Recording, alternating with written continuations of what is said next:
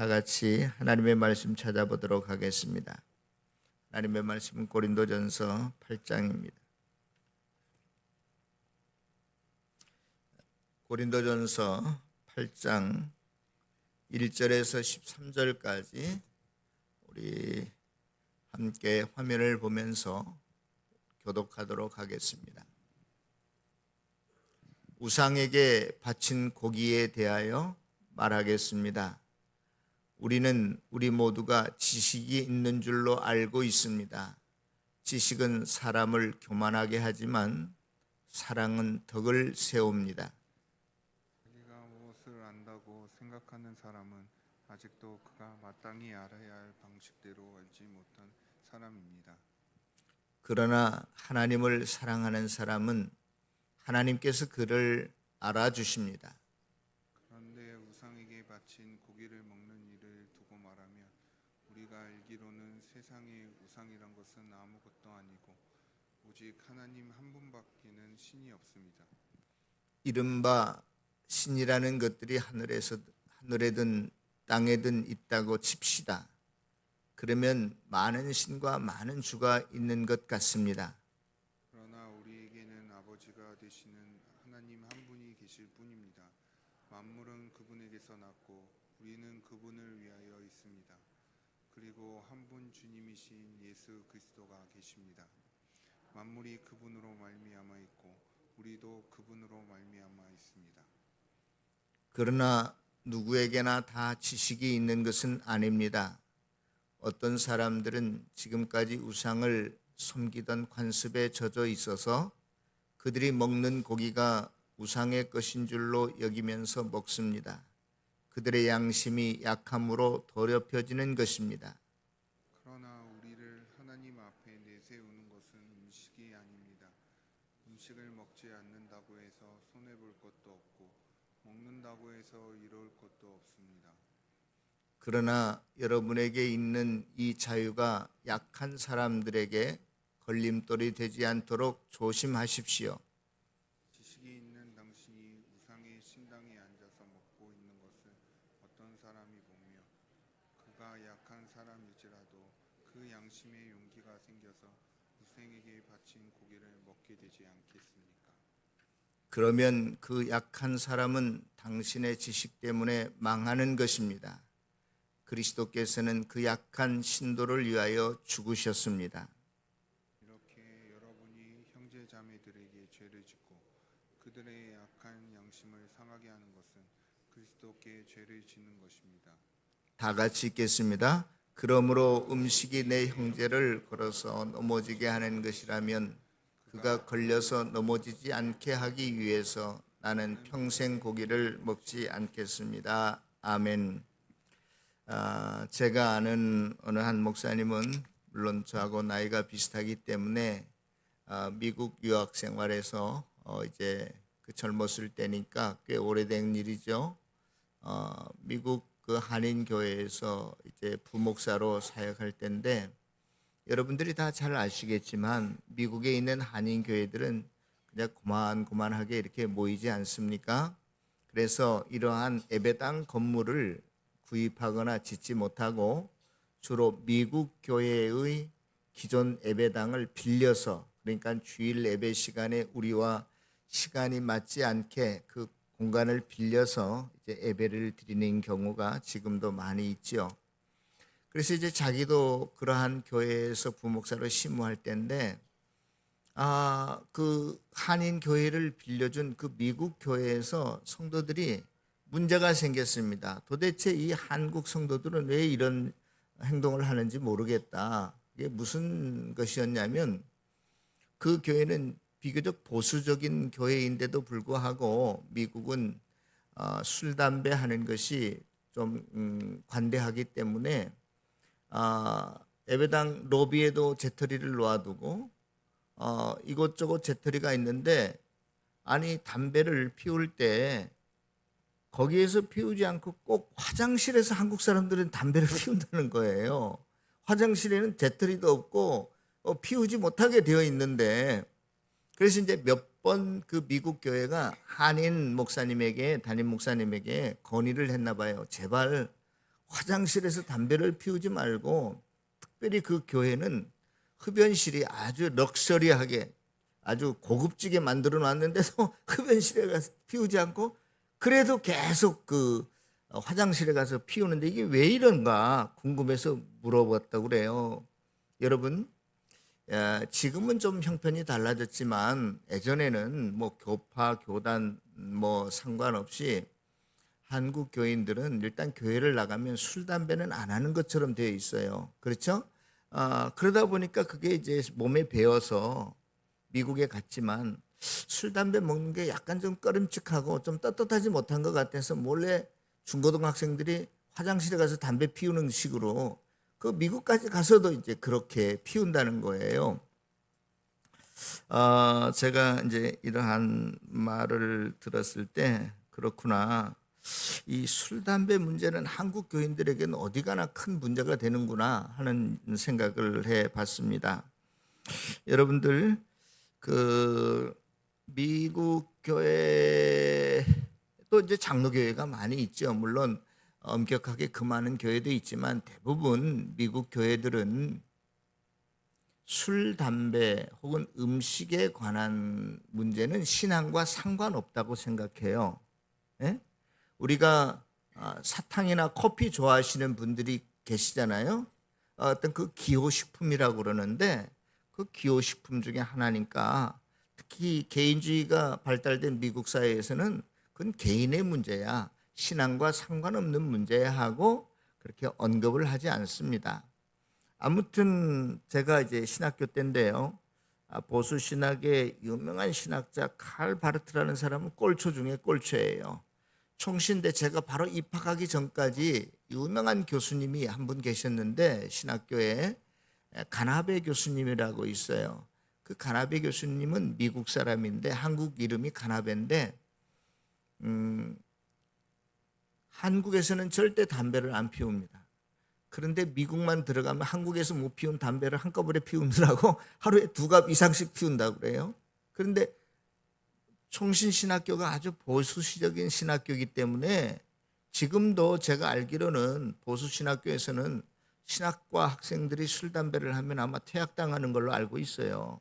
그러니까 한국 교인들이 이상하게 볼까 봐서 한국에 와서는 절대로 담배를 피우지 않습니다. 자, 여러분, 오늘 이제 고린도전서 8장 본문으로 들어가기 전에, 그러면 한국 교인들은 왜 이렇게 술, 담배를 안 하는가? 그 이유가 있습니다.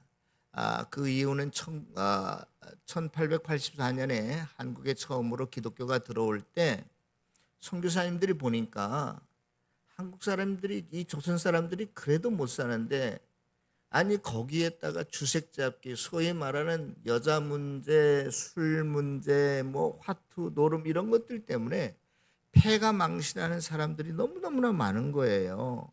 그래서 우리 그리스도인들은 뭔가 이러한 세상 사람들과 달라도 좀 다른 무슨 모험적인 삶의 태도가 있어야 되지 않을까 해서 초창기부터 그 세례를 받으려면 아예 술과 담배를 하는 사람에게는 세례도 주지 않았습니다.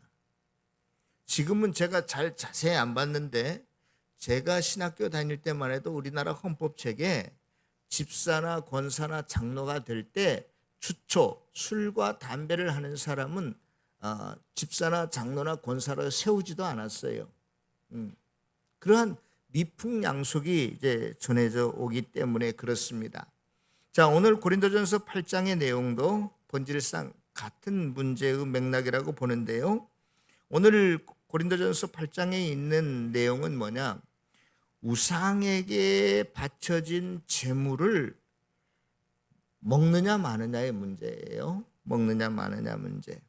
그 당시 제가 알기로는 지금은 아주 닭고기든 돼지고기든 우리에 넣어놓고 그걸 식용으로 이렇게 키우고 도축을 하지 않습니까? 그런데 예전에는 그게 특별한 경우고 대부분 동물을 도축하지 않습니다. 식용으로 먹으려고 도축하지 않아요. 그러면 어떻게 고기를 먹었냐? 대부분의 모든 소나 모든 고기들은 일단 잡으면 그들이 믿는 신전 앞에다가 제물로 드려요. 그걸 제물로 드리면 그것을 받은 무당들이 그거 어떻게 다 먹습니까? 혼자. 예? 소 한 마리를 어떻게 먹어요? 양 한 마리를 어떻게 먹어요? 그러니까 마치 복채처럼 받아가지고 혼자 다 못 먹으니까 이 무당들이 갖다 시장에다 팔아요. 소고기도 팔고 닭고기도 팔고. 그래서 일반 시장에 유통되는 모든 거의 육류들은 다 어디에 바쳐진 제물이에요? 우상 앞에 바쳐진 제물이라는 것을 다 알고 있어요. 그리고 일반 사람들도 그걸 그렇게 알고 사다 먹었다 이 말이에요. 그런데 이제 문제는 뭐냐면 어떤 사람들이 교회를 나갔는데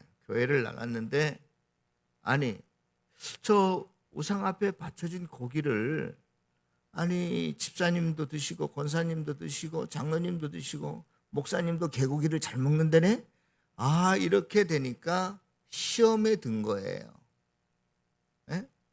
먹는 사람들은 그들은 우상 앞에 바쳐진 제물인 줄 알지만 아니 이 세상에는 신이 하나밖에 없는데 우리가 믿는 하나님 하나밖에 없는데 그것은 우상은 신도 아니야. 아무것도 아니야.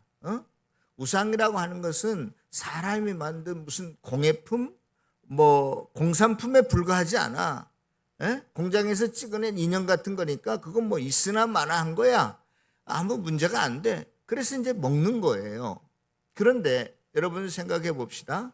그 당시 예수를 믿는 것은 지금하고 상황이 달라요. 2000년 전에 로마 제국 시대 예수를 믿는 것은 생명 내 걸고 믿는 겁니다. 생명 내 걸고 세례받고 교회 나가는 거예요. 예수 믿는 것 때문에 이혼도 당합니다. 예수 믿는다는 그 사실 때문에 뭐예요? 직장에서도 아무 이유 없이 쫓겨나갑니다. 예수 믿는 것 때문에 그들은 길드라고 하는 그 상인들의 연합체가 있었는데 거기서도 쫓겨나면 장사도 못해 먹어요. 예수 믿는 것 때문에 이러한 모든 손해를 어려움을 핍박을 감수하고 세례를 받고 교회에 나왔는데 아니 이 사람들은 나는 그걸 지키려고 교회 나왔는데 아니 이 돼지고기를 먹는단 말이야.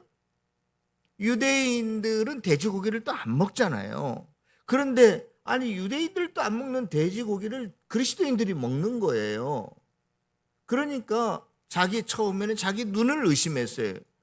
이거 어떻게 된 거야? 갈등이 생겼습니다.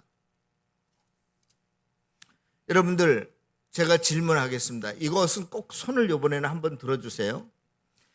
우상 앞에 바쳐진 제물을 먹을 수 있다. 먹어서는 안 된다. 선택은 딱 두 가지예요. 나는 중간에 셀래 이러면 안 돼요. 이번에 내가 꼭 해볼 거예요. 자, 1번 먹을 수 있다. 우상에게 바쳐진 제물. 손 드세요. 손 내리세요. 먹을 수 없다. 손 안 든 사람 일어서 봐. 그 자리에서 일어서 봐. 이유가 뭔지 좀 알아봐야 되겠어. 응? 손 안 든 사람은 뭐예요? 여러분 다시 한번 이제 정리를 하겠습니다. 우상 앞에 바쳐진 제물 무슨 다른 선택의 여지가 없어요. 어떤 사람은 먹는다. 나는 안 먹겠다. 뭐 다른 선택지가 있어요? 여기 가서는 먹고 저기 가서는 안 먹는다? 그럴 수도 있겠지만 어느 견해가 옳은가? 여러분 제가 이미 서두에 여러분들에게 힌트를 드렸어요. 음식 문제는 먹고 안 먹는 문제는 옳고 그름의 문제도 아니고 맞고 틀림의 문제도 아닙니다. 여러분 먹는다는 사람들의 이야기를 들어보면 정말로 신학적으로 교리적으로 문제가 없어요. 신이라고 하는 절대신은 하나님 한 분밖에 없는데 그분 위에 우리가 인정하지 않으니까 그 음식이 우상 앞에 바쳐졌든 안 바쳐졌든 상관없이 우리 먹을 수 있습니다. 응?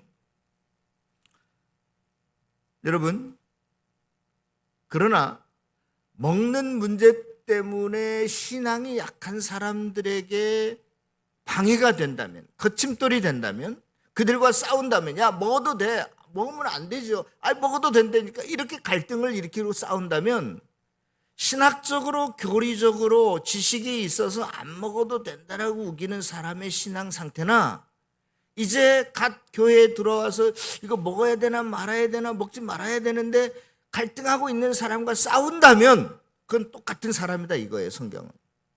여러분, 여러분들의 어른의 특징이 많이 있지만 3살 먹은 애가 엄마 이거 하나 더하기 둘은 5야 라고 우긴다고 해서 여러분들이 야 그거 틀렸어, 하나 더하기 둘은 3이야, 싸우는 사람이 있어요? 없어요. 그래? 네가 이제 크면 알게 될 거야. 응? 무슨 이야기를 해도 어른들이 3살 먹은 애하고 네가 맞니 내가 맞니 틀리니 뭐 옳으니 이거 가지고 싸우는 사람은 한 분도 안 계십니다. 그런데 싸우게 된다면 그 신앙의 인격은 수준은 똑같다 이 말이에요. 반대로 우상 앞에 바쳐진 제물은 절대 또 먹으면 안 돼, 이렇게 생각하는 사람은 어떤 사람일까? 저는 그것도 일리가 있다고 생각해요. 여러분, 성경의 한 예를 여러분들에게 들겠습니다. 사도행전 10장에 보면 고넬료라고 하는 유대인이 아닌 그 이방 로마 제국의 백부장이 있었어요. 그 백부장이 이제 예수 믿고 싶어서 욥바에 있는 베드로라고 하는 사람을 청해다가 복음을 듣고 싶어 했습니다. 그래서 이제 사람을 보냈는데, 그때 베드로는 그 욥바에서 옥상에, 어느 집의 옥상에 올라가서 기도하고 있었어요. 그런데 환상 중에 어떤 것이 보이냐면, 이렇게 보자기가 내 귀퉁이에 끈이 달려서 자기 앞으로 쑥 내려오는데, 베드로가 그 안을 보니까 온갖 각종 짐승들이 다 섞여 있었단 말이에요. 예를 들자면 유대인들이 먹을 수 있는 정한 동물도 있었지만 부정한 동물도 있었단 말이에요. 그런데 하늘에서 소리가 나기를, 하나님께서 말씀하시기를 베드로야 이걸 잡아 먹으라 그랬어요. 그랬더니 보니까 부정한 음식도 들어있는데 내가 이건 먹을 수 없습니다 그렇게 말합니다.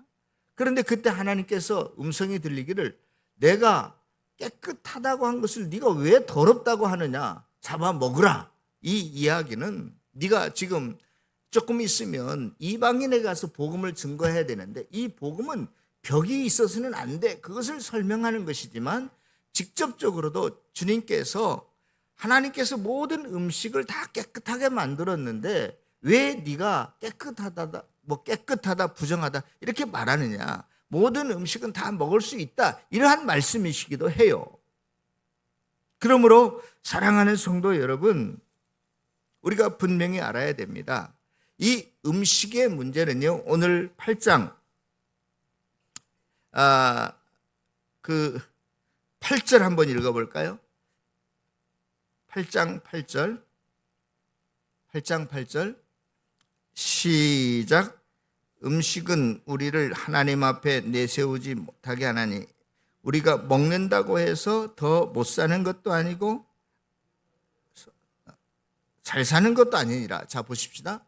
우리가 음식은 우리를 하나님 앞에 내세우지 못하니, 이 말은 음식 문제 가지고 하나님 앞에 나아갈, 하나님 이걸 먹을까요 말까요 물어볼 문제거리도 안 된다는 거예요.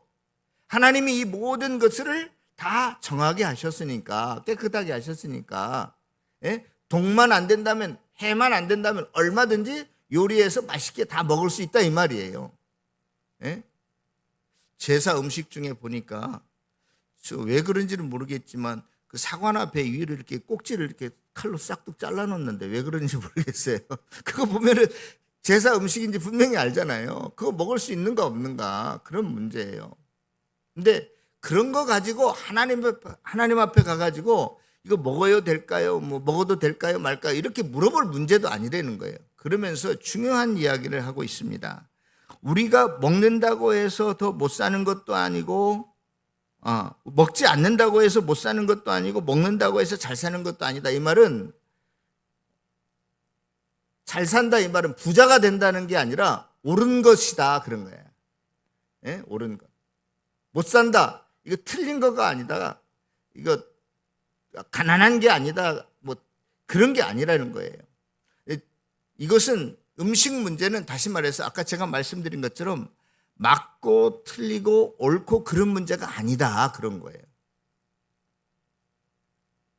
다시 말해서 결론 드립니다. 여러분들 우리가 먹든지 안 먹든지 간에 다 편견에 사로잡혀 있어요. 먹는 것도 먹는 나름대로의 성경적인 근거가 있고 내가 먹지 않는다고 했을 때도 나름대로 성경적인 근거가 있어요. 지식이 있어요. 그러나 너희들이 오늘 본문에서 말하려고 하는 것은 음식에 대한 편견을 깨라는 거예요. 그것이 옳고 그름을 가지고 따지는 문제가 아니라는 겁니다. 절대로.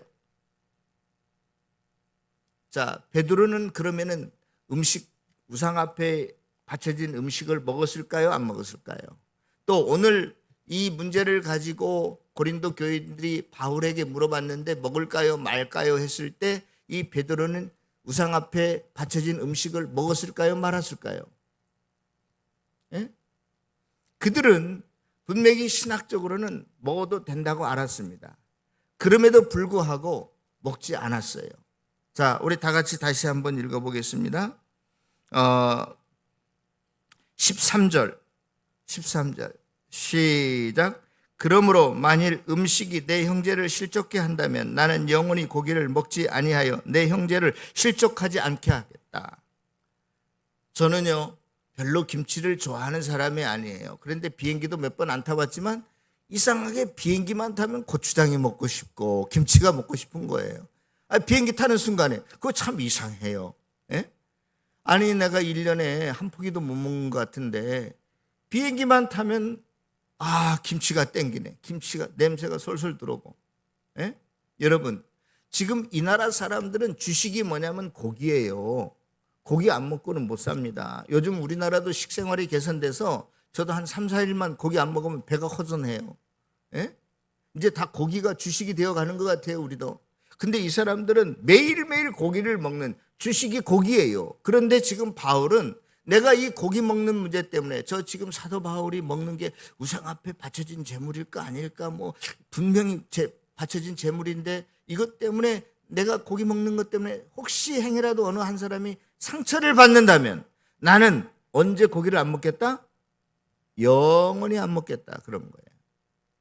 그래서 오늘 설교의 본문은 뭐냐? 너희들이 무슨 성경적인 지식을 알고 있어서 먹든지 안 먹든지 간에 그 너희들의 지식을 앞세울 게 아니라 지식은 도리어 우리를 교만하게 하고 너희들은 이웃을 위해서 공동체 교회를 위해서 사랑의 덕을 세우라는 것이.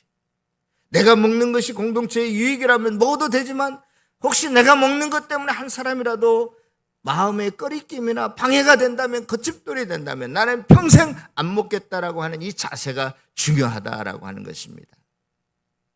사랑하는 성도 여러분, 그러므로 앞으로 음식 문제 가지고 더 이상 우리들 사이에 어느 게 맞니 틀리니 이런 이야기 안 했으면 좋겠어요.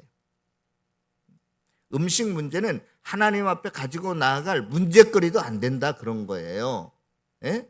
제발 너희들의 어떤 개인적인 무슨 우격다짐 혹은 고집 혹은 그걸 지식이라고 할 수 있으면 지식이라고도 할 수 있는데 그것 따라 여러분들이 살아가지 말고 우리 그리스도인들 항상 주님의 사랑은 이웃을 위한 이타적인 사랑이듯이 우리의 신앙생활의 표준이 정말로 이웃에게 도움이 된다면 우리 교회 내 공동체가 된다면 그것을 위해서 살아가라는 것입니다. 저를 보세요. 여러분들 각자 마음에 술 먹어도 된다 안 먹어도 된다 괜찮아요. 그것 때문에 천국에 가고 못 가는 건 분명히 아닙니다. 그런데 저에게만 해당되는 게 아니라 여러분 모두에게 해당되는 거예요. 여기 있는 목사가 주일날 여기 올라오면서 술 냄새 팔팔 풍겨가지고 비틀비틀하면 여러분들 그거 가하시면 이해하시기 바랍니다. 목사뿐만이 아니라 여러분들도 똑같아요. 여러분들도 똑같아요.